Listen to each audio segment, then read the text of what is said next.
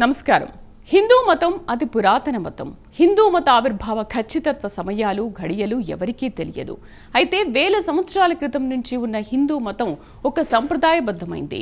చతుర్వేదాలు ఋగ్వేదం, యజుర్వేదం, సామవేదం, అథర్వణ వేదం, వేదాంతిమ భాగాలైన ఉపనిషత్తులు, పురాణాలు, హైందవ మత గ్రంథాల ఆధారంగా హిందూ మతం ఉద్భవించినట్లు పురాణ చరిత్రల ద్వారా తెలుస్తోంది. విశ్వంలో ఉన్న అన్ని మతాలకు ఎంతో ముందుగానే హిందూ మతం ఏర్పడినట్లు సర్వచరిత్రలు తెలియజేస్తున్నాయి. వేదాల్లో తెలిపిన దైవ స్వరూపులు, కాలస్వరూపులు, దేవతాగణాలు, పంచభూతాలు ఇలా అన్ని హిందూ మతంలో కనిపిస్తాయి. హిందూ మతం ఆచరించే ధర్మం సనాతన ధర్మం. సనాతన ధర్మం అంటే శాశ్వత ధర్మం. ఇది సర్వప్రాణికోటికి వర్తించేది. అయితే హైందవ జాతి దీనికి అగ్రతాంబూలం ఇవ్వగా సనాతన ధర్మం అంటే హిందూ ధర్మమే అనే రీతిలో ప్రాచుర్యం పొందింది. హైందవ గురువులు వేదోక్తంగా సనాతన ధర్మ బోధలు చేయడంతో ఇది వేద సంబంధమైందిగా పేరొందింది. యూనివర్సల్ సనాతన ధర్మం ఏదో ఒక జాతికి చెందింది కాదు, యావత్ జగతికి, సృష్టిలో సమస్త ప్రాణికోటికి చెందింది. అయితే సనాతన ధర్మాన్ని తూచా తప్పకుండా పాటించే హిందూ మతంపై కొందరు అకారణంగా విషం కక్కుతున్నారు.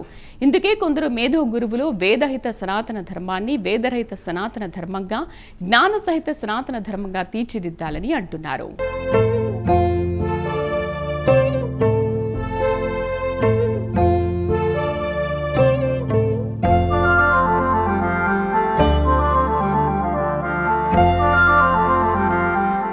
హిందూ మత ప్రాథమిక గ్రంథాలుగా వేదాలు కీర్తింపబడుతున్నాయి. వేదాల్లో సర్వ విషయాలు దర్శనమిస్తాయి.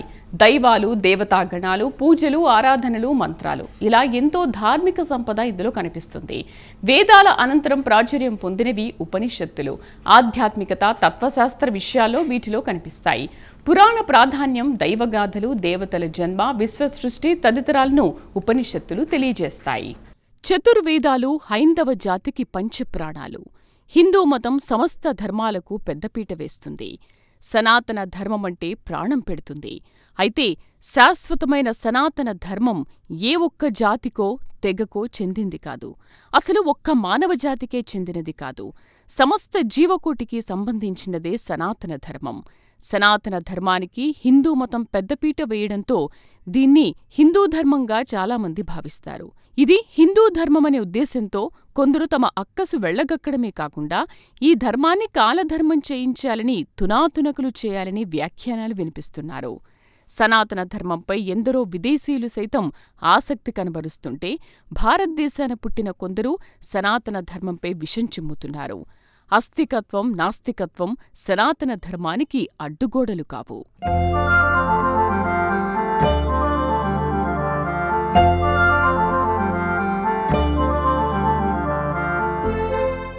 సనాతన ధర్మాన్ని ఎవరు ఎలా తీసుకున్నా హిందూ మతం శ్రద్ధాపూర్వకంగా, భక్తిపూర్వకంగా తీసుకుంటుంది.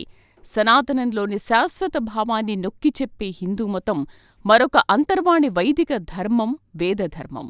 వేదధర్మానుసారం హిందూ పురాణాలు, హిందూ మూలాలు, హైందవ సంప్రదాయాలు, ఆచార వ్యవహారాలు ముందుకు సాగుతున్నాయి.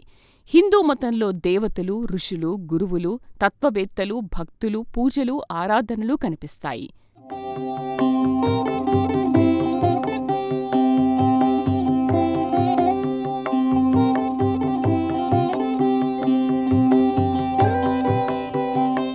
భారతదేశంలో ఎంతో ప్రాచుర్యం పొందిన హిందూ మతం ప్రపంచ నలుమూలలకు సైతం వ్యాపించింది.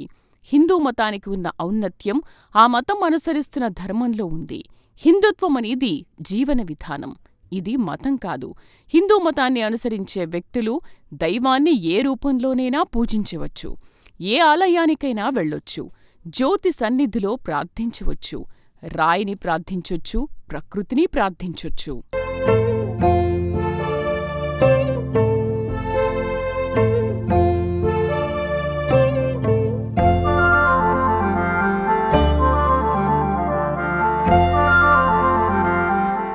ఆధ్యాత్మికవాదులు, ఆస్తికవాదులు ధార్మిక మార్గంలో వెళ్లేవారు కాదు. ఏ దైవ నియమాలు, ధర్మ నియమాలు పాటించకపోయినా వారు సైతం హిందువులే. సొంత మార్గంలో వెళ్లడానికి, సొంత చట్టాలు పెట్టుకోవడానికి, వాటిని పాటించడానికి హిందూ మతం స్వేచ్ఛనిస్తుంది. హిందూ మతం ప్రార్థన చేయడానికి స్వేచ్ఛనిస్తుంది. అయితే ధర్మాన్ని అనుసరించమని కోరుతుంది. ధర్మం ప్రకారం వ్యక్తి ప్రతి విషయంలో స్వచ్ఛంగా ఉండాలని తెలియజేస్తుంది. తన విద్యుక్త ధర్మాన్ని నిర్వర్తించి సరైన జీవన విధానాన్ని అనుసరించాలని తెలుపుతుంది. మంచి ప్రవర్తన కలిగుండాలని వాంఛిస్తుంది.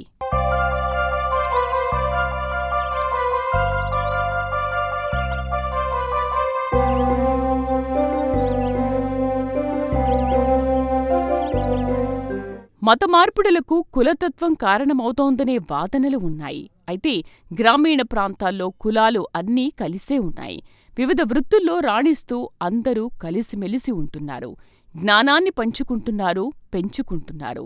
ప్రకృతి వైపరీత్యాల వల్ల పంటలకు చేటు, నిరుద్యోగ సమస్య, ధరాభారాలు, పాశ్చాత్య నాగరికత, అధునాతన వస్తువుల రాక, ప్రాచీన చేతి వృత్తులకు తగ్గిన ఆదరణతో గ్రామాలు వన్నె కోల్పోతున్నాయి. గ్రామాలకు వచ్చిపడిన ఈ అనర్థాల వల్ల వలసల పర్వాలు పెరుగుతున్నాయి. దేశానికి వెన్నెముకైన గ్రామాలు చిన్నబోతుండగా నగరాలు సాగర స్థాయిలో పెరిగిపోతున్నాయి.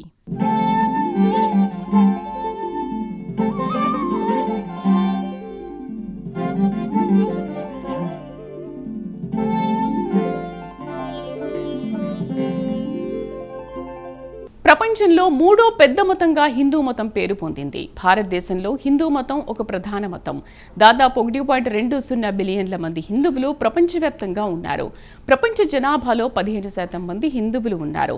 భారతదేశంతో పాటు నేపాల్, మారిషస్, ఇండోనేషియా తదితర దేశాల్లో అధికంగా హిందూ సమాజాలు కనిపిస్తాయి. సాంకేతిక, ఐటీ విప్లవాలతో ప్రపంచమే కుగ్రామంగా మారిన నేపథ్యంలో సర్వవ్యాప్తంగా హిందూ బంధువులు కనిపిస్తున్నారు. సంఖ్యాపరం అనే మాటను పక్కన పెడితే అన్ని దేశాల్లో ఎంతో కొంత శాతం మంది భారతీయులు కనిపిస్తున్నారు.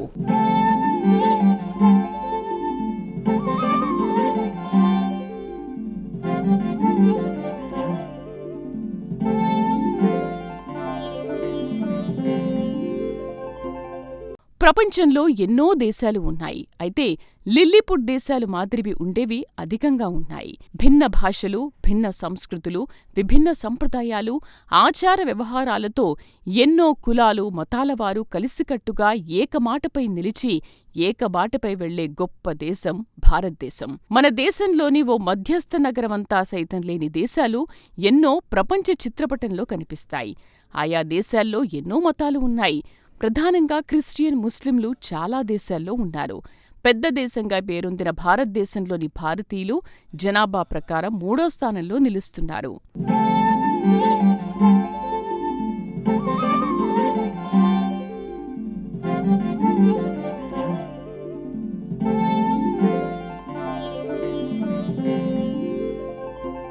ప్రపంచంలో పెద్ద మతంగా క్రిస్టియానిటీ పేరు పొందగా 2వ స్థానంలో ఇస్లాం పేరు పొందింది.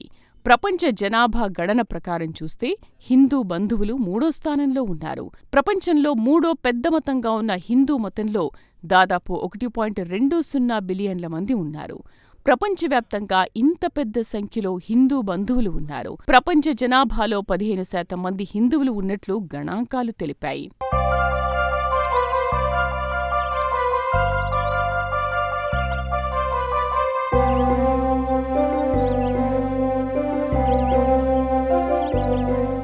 హిందూ అనే పదం సింధు అనే సంస్కృత పదం నుంచి ఉద్భవించినట్లు తెలుస్తోంది. 7వ శతాబ్దంలో తొలి రికార్డులలో హిందూ శబ్దం వినిపించిందని, 14వ శతాబ్దంలో హిందూ పదం దేశంలోని పర్షియన్, సంస్కృతం, ప్రాకృత భాషా గ్రంథాల్లో కనిపించిందని తెలుస్తోంది. భారతీయ గ్రంథాల్లో హిందూ ధర్మం, హిందూ మతాన్ని సూచించడానికి ఉపయోగపడినట్టు తెలుస్తోంది.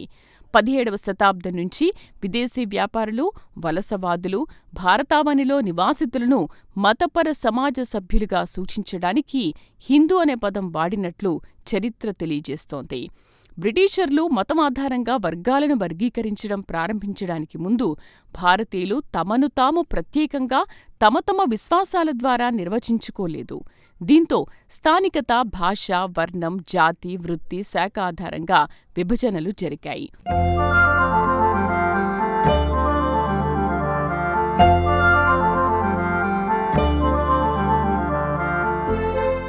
ఆధ్యాత్మికత, ఆచారాలు, సంప్రదాయాలపై హిందూ మతం విభిన్న ఆలోచనలు కలిగి ఉంది. ఆస్తికులైనా నాస్తికులైనా హిందూ సమాజంలో సభ్యులే.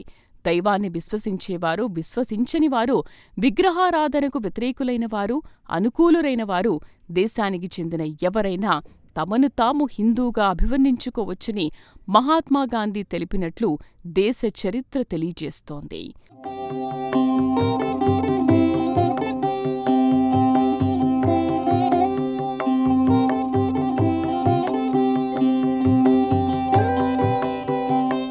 హైందవంలో ఆస్తికులు ఉంటారు, నాస్తికులు ఉంటారు. ఆస్తికులు సైతం ప్రత్యేకించి ఒక దైవమని కాకుండా ఎందరో దైవాలను ఆరాధిస్తారు. మతానికి ఏ ఒక్కరో పెద్ద దిక్కుగాను ఉండరు, మతస్థాపకుడు లేడు. వివిధ ఆచార సంప్రదాయాల సమాహారాన్ని హిందూ మతంలో చూడొచ్చు.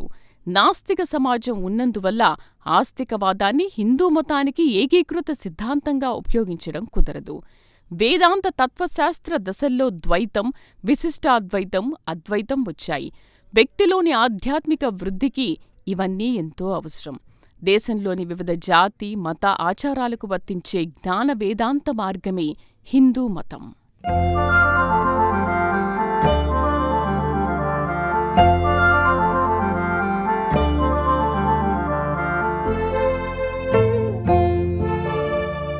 చెడుపై మంచి గెలుపు, ప్రకృతి వైభవం, పత్రపుష్ప పూజలు, సంప్రదాయ వేడుకలు, బాణాసంచా కాల్పులు ఇలా సాగే ఎన్నో హిందూ పండుగలు, పర్వదినాలు ప్రతి ఏటా క్యాలెండర్ ఇయర్లో వస్తుంటాయి. పండుగలు, పర్వదినాలు, వాటి పరమార్థం ఇప్పుడు చూద్దాం.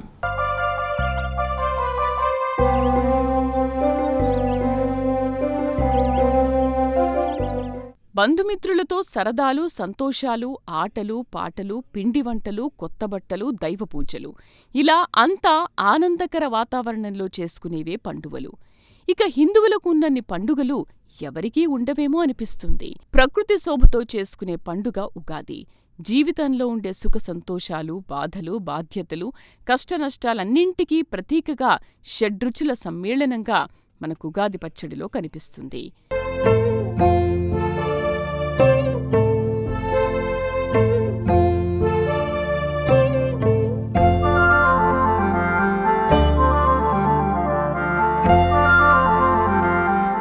శరదృతువులో దేవీ నవరాత్రులను చేసుకుంటాం.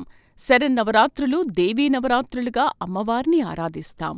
లోకకంఠకులైన రాక్షసులను సంహరించడానికి అమ్మవారు ఎన్నో అవతారాలు ఎత్తుతారు. శరన్నవరాత్రుల్లో మూలా నక్షత్రంలో సరస్వతీ అమ్మవారి పూజలు జరుగుతాయి. దుర్గాష్టమి, మహర్నవమి, విజయదశమి దేవీ నవరాత్రుల్లో అతి ముఖ్యమైన పర్వదినాలు. ఈ నవరాత్రి సంబరాల సమయంలోనే బతుకమ్మ సంబరాలు జరుగుతాయి. ప్రకృతిమాత ఆరాధనలో పుష్పోత్సవంగా బతుకమ్మలను తీర్చిదిద్ది బతుకమ్మ సంబరాలను మనం నిర్వహించుకుంటాం. పెద్దలంతా పిల్లలుగా మారే రోజు, పల్లేదో పట్టణమేదో తెలియని రోజు, అమావాస్య నాడు వచ్చే పున్నమి రోజు దీపావళి. దీపశోభతో, బాణాసంచా కాల్పులతో దీపావళి పండుగను హిందూ బంధువులు ఆనందోత్సాహాలతో చేసుకోవడం ఆనవాయితీ. ఇదే రీతిలో పెద్ద పండుగ సంక్రాంతి వేడుక చేసుకుంటాం. ఆషాఢ బోనాలు, హోలీ, శ్రీరామనవమి, జన్మాష్టమి, పూరీ జగన్నాథస్వామి రథయాత్ర, వరలక్ష్మీ వ్రతం, వసంత పంచమి, నాగుల చవితి, హనుమాన్ జయంతి, రథసప్తమి, మహాశివరాత్రి ఇలా ఎన్నో పండుగ వేడుకలు హిందూ మతంలో ఉన్నాయి.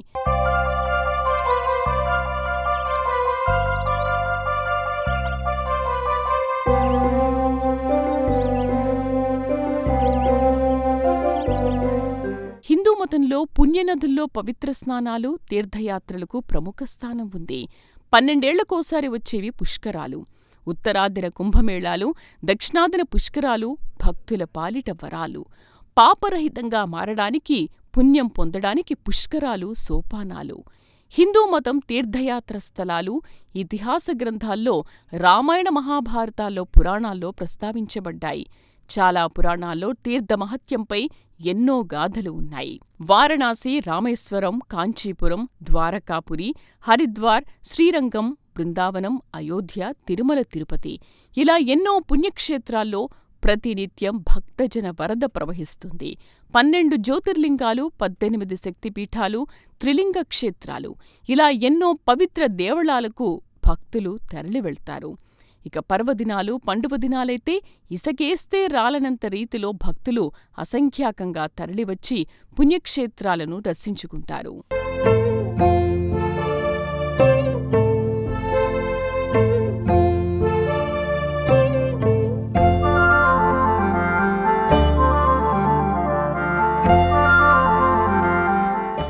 వేసవిలో చల్లని జల్లులా అర్చక సంక్షేమ బోర్డు అర్చకులకు చల్లని కబురు చెప్పింది. తెలంగాణ దేవాదాయ పరిధిలోని ఆలయాల్లో విధులు నిర్వహిస్తున్న అర్చకులకు, ఆలయ సిబ్బందికి ఇతర కార్పొరేషన్ ఉద్యోగుల తరహాలో పదవీ విరమణ అనంతరం పింఛను అందించేందుకు బోర్డు ఆమోదం తెలిపింది. 5 లక్షల రూపాయల ఆరోగ్య బీమాకు ఆమోదం తెలియజేసింది. ఇప్పటివరకు అర్చక ఉద్యోగులకు ఆరోగ్య సమస్యలు తలెత్తితే ఆస్పత్రి ఖర్చులకు 2 లక్షల రూపాయల వరకు బోర్డు నుంచి రీయింబర్స్మెంట్ చేస్తున్నారు. ఇకపై 5 లక్షల రూపాయలు బీమా కల్పించనున్నారు. బీమా ప్రీమియం మొత్తాన్ని బోర్డు నుంచి చెల్లిస్తారు. పదవి విరమణ చేసిన అర్చక ఉద్యోగులకు పింఛన్ పెంపునకు బోర్డు ఆమోదం తెలిపింది. సీనియారిటీని బట్టి 10 నుంచి 20 వేల రూపాయల వరకు ప్రతి నెలా పింఛన్ అందించనున్నట్లు తెలిసింది. గ్రాట్యుటీ మొత్తాన్ని 8 లక్షల రూపాయలకు పెంచుతూ బోర్డు తీర్మానించి ఆమోదం తెలిపింది. దీంతో పేదరికంలో మగ్గుతున్న అర్చక స్వాములు ఆనంద బాష్పాలు రాలిస్తూ తమకింతటి మహద్భాగ్యం కల్పించిన అందరి పెద్దలకు కృతజ్ఞతలు తెలియజేస్తున్నామని అర్చక స్వాములు తెలిపారు.